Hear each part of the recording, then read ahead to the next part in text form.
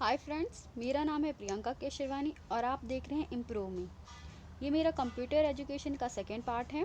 इसमें मैं आपको बताने जा रही हूँ what is a CPU, memory and memory के टाइप्स। इतने इजी वे में समझाऊंगी कि आपको सुनकर ही याद हो जाएगा। Let's start the video. पहले हम बात करते हैं what is a CPU. CPU क्या होता है? सीपीयू का फुल फॉर्म होता है सेंट्रल प्रोसेसिंग यूनिट। ये आप इसे ब्रेन भी कह सकते हो कंप्यूटर का। जिस तरह ह्यूमन बीइंग के अंदर उसका ब्रेन उसे कोऑर्डिनेशन करने में, उसे इंस्ट्रक्शन देता है, उसे वर्क करवाने में हेल्प करता है, इसी तरह कंप्यूटर में सीपीयू उसे एग्जीक्यूशन करवाने में, उसे कोऑर्डिनेशन करवाने में हेल्प करता है। आप इसे माइक्रो प्रोसेसर या प्रोसेसर भी कह सकते हो। The task performing operation like arithmetic and logical operations called processing। इसमें जो भी प्रोसेस होता है या प्रोसेस हो रहा है उसे प्रोसेसिंग कहा जाता है।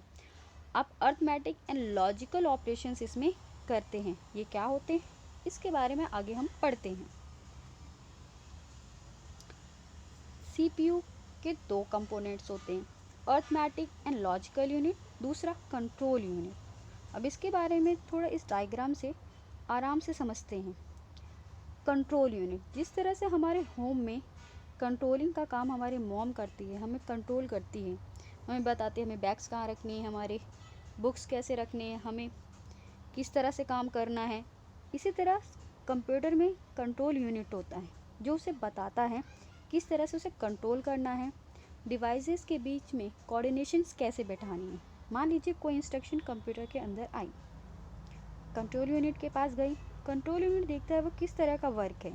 अगर वो अर्थमेटिक या लॉजिकल से लॉजिक है तो वो उस यूनिट्स के पास भेजता है करने के लिए। अगर कोई इन्फॉर्मेशन स्टोर होने के लिए आए तो वो मेमोरी यूनिट्स के पास भेजता है। इसके बारे में आगे और डिटेल में पढ़ते हैं। अर्थमेटिक एंड लॉजिकल यूनिट होते क्या हैं, पहले तो हम इसके बारे में ही देख लें। अर्थमेटिक मोस्टली मैथमेटिक्स के होते हैं, जैसे addition, subtraction, multiplication, division.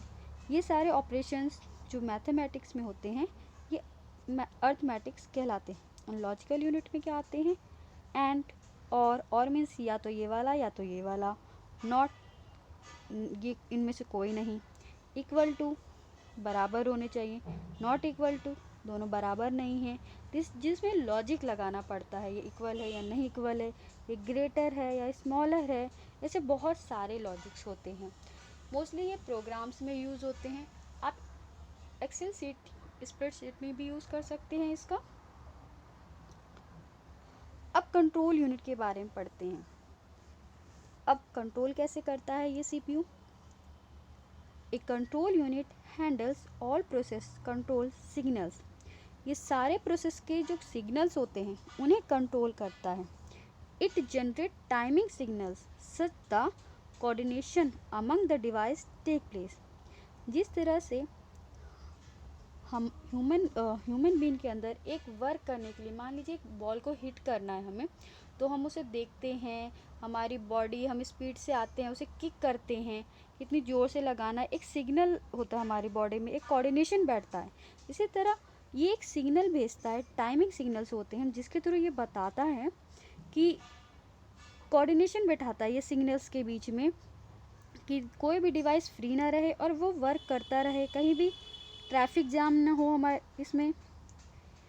Control unit design two way सर्जर, ये दो तरह के डिज़ाइन किया गया है टू वे में, micro wire controlling and micro program controlling, sorry ये हार्ड वायर कंट्रोलिंग से।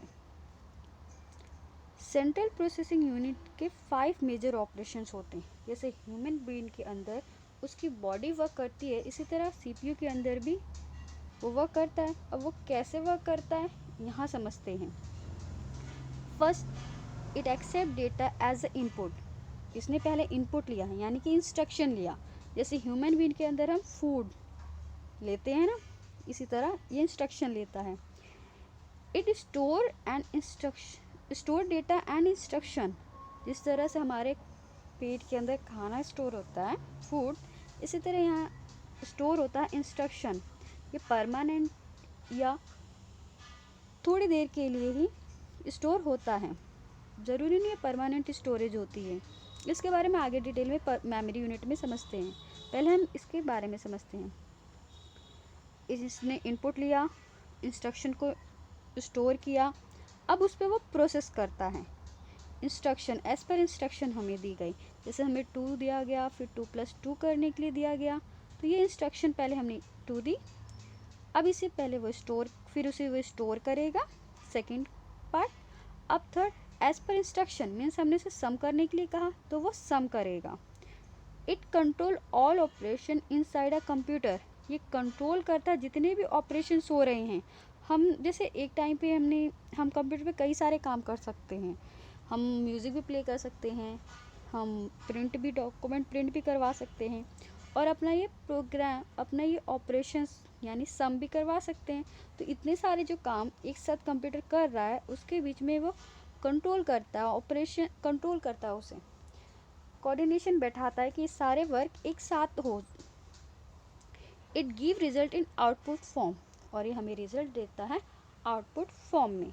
मीन्स पहले हमने इनपुट दिया, फिर वो स्टोर हुई, देन उस पर प्रोसेस हुआ, जिस तरह से हमने इंस्ट्रक्शन दिया उसे कंट्रोल करता है कंप्यूटर और हमें आउटपुट देता है। अब हम पढ़ते हैं मेमोरी यूनिट के बारे में। अब ह्यूमन बीइंग के अंदर तो दिमाग के इतने सारी बातें स्टोर होती है, कोई बातें हम भूल भी जाते हैं, लेकिन कंप्यूटर में ऐसा नहीं होता। अगर जो भी हम स्टोर करते हैं इंफॉर्मेशन, वो कई साल बाद भी देखना चाहें तो हम देख सकते हैं। Memory unit is the part of computer that hold data and instruction for processing. ये डेटास को और इंस्ट्रक्शन को होल्ड करके रखता है। It store programme results any kind of information, हम इसमें रिजल्ट्स और किसी तरह की भी इंफॉर्मेशन स्टोर करके रख सकते हैं। ज़रूरी नहीं अगर हमारे पास 2+2=4 आए हम इसी को स्टोर करें। हम कई तरह की इंफॉर्मेशन स्टोर करते हैं, जैसे हम पावर पॉइंट बनाते हैं, एक्सेल शीट में डेटा बनाते हैं, या फिर हम MS वर्ड में डॉक्यूमेंट्स करते हैं। अपनी पिक्चर्स भी हम यहाँ स्टोर करके रख सकते हैं। तो जो ये स्टोर करता है इंफॉर्मेशन, वो बाइनरी फॉर्म में करता है, यानी 0 और 1 की फॉर्म में करता है। इससे हम बाइनरी सिस्टम कहते हैं। मीन्स हमने कोई भी इंफॉर्मेशन कंप्यूटर को दी, हमने तो ह्यूमन बीइंग लैंग्वेज में दी, अब कंप्यूटर से 0 और 1 की फॉर्म यानी डिजिटल फॉर्म में उसे कन्वर्ट करता है और उसे स्टोर करता है। फिर जब हमें डेटा चाहिए होता है तो वो हमें ह्यूमन बीइंग लैंग्वेज में फिर दे देता है। अब टाइप ऑफ मेमोरी, कंप्यूटर के 2 तरह की मेमोरी होती हैं। ह्यूमन बीइंग के पास एक ही तरह की होती है, लेकिन कंप्यूटर में 2 तरह की होती है। अभी किस तरह की है, आइए वर्क करते हैं। Computer memory is divided into 2 parts. Primary memory, जिसे हम मेन मेमोरी भी बोलते हैं, और सेकेंडरी मेमोरी स्टोरेज डिवाइस होती है। आइए डिटेल में पढ़ते हैं इसके बारे में। आगे पढ़ने से पहले अगर आपको मेरा वीडियो अच्छा लग रहा हो, मैं इन्फॉर्मेशन जो भी दे रही हूँ अगर अच्छा लग रहा हो, प्लीज़ मेरे चैनल को लाइक, सब्सक्राइब और शेयर करना ना भूलें। सब्सक्राइब करना तो मत भूलिए। नेक्स्ट है मेमोरी यूनिट। नेक्स्ट नहीं है, ये वही है, लेकिन हम मेमोरी यूनिट के बारे में यहाँ डायग्राम से समझते हैं, किस तरह से उसे क्लासीफाई किया गया है। यह आपके एग्ज़ाम्स में भी क्वेश्चंस आते हैं, उसे भी सॉल्व कर सकता है ये डायग्राम। अगर इस डायग्राम को आपने ईजिली देख लिया तो आप 100% मेमोरी के बारे में समझ जाएंगे। मेमोरी में 2 टाइप की मेमोरी हुई, primary memory, secondary memory. Primary memory को हम इंटरनल मेमोरी भी बोलते हैं और सेकेंडरी मेमोरी को हम एक्सटर्नल मेमोरी बोलते हैं, क्योंकि हम एक्स्ट्रा मेमोरी इसमें ऐड करते हैं। प्राइमरी जो कंप्यूटर के अंदर ही होती है। प्राइमरी मेमोरी को 2 पार्ट्स में डिवाइड किया गया है, रोम एंड रैम में। अब रोम को भी हमने 3 पार्ट में डिवाइड किया, P ROM, EP ROM, double EP ROM. RAM को 2 पार्ट्स में, static and dynamic. External memory होती है 4 टाइप की, मोस्टली हम कहते हैं floppy disk, hard disk, optical disk and magnetic disk. Optical disk 2 तरह की, CD एंड DVD। अब इसे डिस्क्रिप्टिव क्वेश्चन में भी आप ऐसे ही डायग्राम बना के आराम से एक लाइन लिख देंगे, तब भी आपको काफ़ी यूज़फुल हो सकता है, जैसे O लेवल एग्ज़ाम्स में। अब प्राइमरी मेमोरी के बारे में यहाँ डिटेल में पढ़ते हैं। ये इमीडिएट यूज़ होने वाली, एक्सेस होने वाली मेमोरी होती है। इमीडिएट, जैसे हमें कोई भी वर्क चाहिए, इजीली चाहिए, अभी चाहिए, तुरंत। Most computer system use in primary memory. Primary memory can be divided in two types: RAM, random access memory, ROM, read only memory. Primary memory के बारे में और हम डिटेल में आगे पढ़ते हैं। रैम, रैंडम एक्सेस मेमोरी, इसकी फुल फॉर्म है, एग्जाम्स में बहुत पूछी जाती है। इसे हम वोलेटाइल मेमोरी भी बोलते हैं। वोलेटाइल इसलिए बोला जाता है कि जो भी इंफॉर्मेशन इसके अंदर स्टोर होती है, अगर जिस तरह से हमने कंप्यूटर बंद कर दिया, मान लो हम पावर पॉइंट या एक्सेल या फिर कोई वर्ड पे काम कर रहे हैं, मान लीजिए हम वर्ड पे काम कर रहे हैं, और वर्ड पे जो भी हम टाइप करते हैं, अगर उसको हमने सेव नहीं किया और जैसे ही कंप्यूटर बंद हो गया या लाइट चली गई, तो वो इन्फॉर्मेशन चली जाती है। अगर हमने सेव नहीं किया तो वो रैम के अंदर आती है। रैम दो तरह की हुई, स्टैटिक और डायनेमिक रैम। अब इसके बारे में पढ़ते हैं आगे। स्टैटिक रैम क्या होती है? ये मोस्ट एक्सपेंसिव होती है क्योंकि ये फास्टर वर्क करती है। ये लेस पावर कंज्यूमिंग है कंपेयर टू डी रैम यानी dynamic RAM. Dynamic RAM widely use in modern computer में एज अ प्राइमरी मेमोरी में यूज़ हो रहा है। ये स्लोअर है compare to S RAM, but ये एक्सपेंसिव नहीं है। ये transistor one capacitor pair assembly of memory storage. It's one transistor one capacity pair assembly of memory storage के लिए ये यूज़ होती है। अब हम बात करते हैं रोम की। रोम यानी रीड ओनली मेमोरी, ये नॉन वोलेटाइल मेमोरी है। रोम stand for read only memory, ये तो जान गए हम। It comes with instruction permanently, इसमें परमानेंट होता है और रैम में परमानेंट नहीं होता है storage inside, and this instruction can not be override bye computer CPU. CPU के थ्रू हम इस पर ओवरराइड नहीं कर सकते, मीन्स एक बार जो इंस्ट्रक्शन लिख दी वो वही रहती है, उसे हम चेंज नहीं कर सकते। लेकिन एक दो में हम चेंज कर सकते हैं। अब यहाँ समझते हैं टाइप ऑफ रोम। पहले पी रोम। पी रोम की फुल फॉर्म क्या है? Programmable read only memory. It chip have several different applications में यूज़ होती है, जैसे phones, video games, medical devices, other electronic devices में। EPROM erasable programmable read only memory. जैसे यहाँ पर नाम है इरेजेबल, तो इसे आप इरेज भी कर सकते हैं, बट स्ट्रॉन्ग अल्ट्रावायलेट लाइट के थ्रू कर सकते हैं। डबल ईपी रोम electrically erasable programmable read only memory. अब हम सेकेंडरी स्टोरेज के बारे में बात करते हैं। Storage device. स्टोरेज डिवाइसेस सच hard drive, solid static drives होते हैं। इट में also refer removal storage media. Removal जैसे हमारी पेन ड्राइव हो गई, ये भी एक्सटर्नल में यूज़ होती है। इसके पास बहुत ही ग्रेटर स्टोरेज कैपेसिटी होती है। कुछ यहाँ पर हमने दे रखे हैं example: floppy disk, hard disk. Optical disk में जैसे CD, DVD, Blu ray, pen drive, USB thumb drive.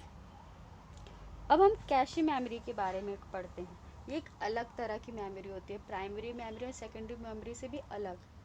Computer में जो भी हम वर्क करते हैं हमें वो फास्ट चाहिए।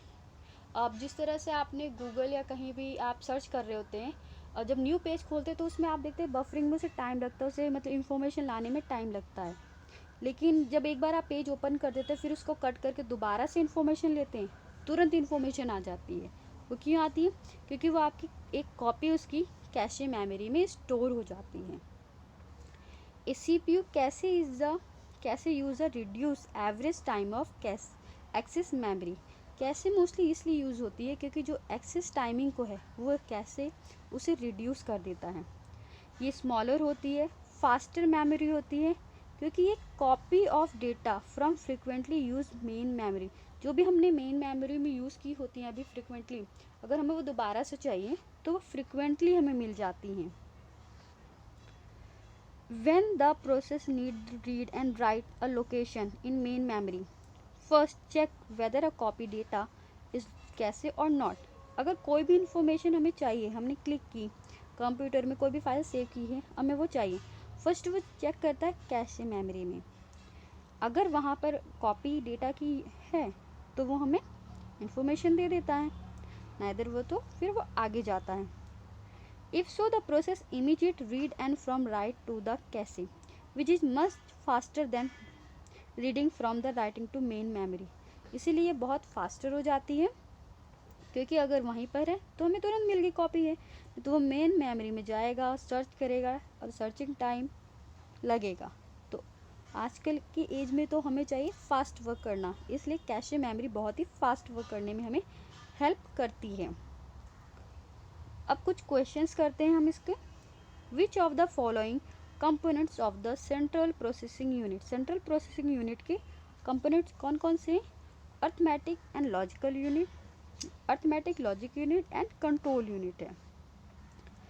विच number system also called base two number system, 0 and 1 की फॉर्म जो भी होती है जो कंप्यूटर यूज़ करता है, डिजिटल कंप्यूटर, इसे हम बाइनरी सिस्टम कहते हैं या binary number system. In which the following form data store in the computer, computer में कैसे स्टोर होता है? बाइनरी फॉर्म में डेटा स्टोर होता है। The standard NC character set support only suppose that character, NC जो कैरेक्टर स्टैंडर्ड्स कैरेक्टर होते हैं वो कितने सपोर्ट करता है? 128 यूज़ करता है।